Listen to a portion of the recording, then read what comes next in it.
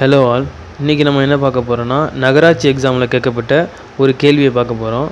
அதாவது திட்ட கமிஷனுக்கு பதிலாக நித்தி ஆயோக் கொண்டு வரப்பட்டதன் முக்கிய நோக்கம் என்னன்னு கேட்டிருக்காங்க. ஆப்ஷன்ஸ் பாருங்கள்.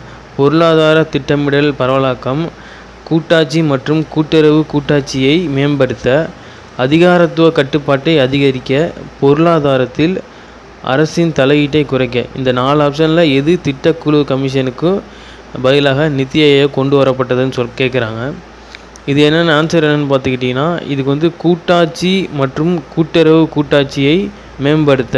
அதுதான் திட்ட கமிஷன் பார்த்திங்கன்னா 1951 ஸ்டார்ட் ஆகிருந்துச்சு. இது எப்போது நித்தி ஆயோக்காக மாறுனுச்சுன்னா, நித்தி ஆயோக் ஒரு 2015 தான் ஸ்டார்ட் பண்ணியிருப்பாங்க. அது இந்த திட்டக்குழு கமிஷனுக்கு பதிலாக நித்தி ஆயோக் கொண்டு வந்திருப்பாங்க. ஓகேங்களா? பாய்.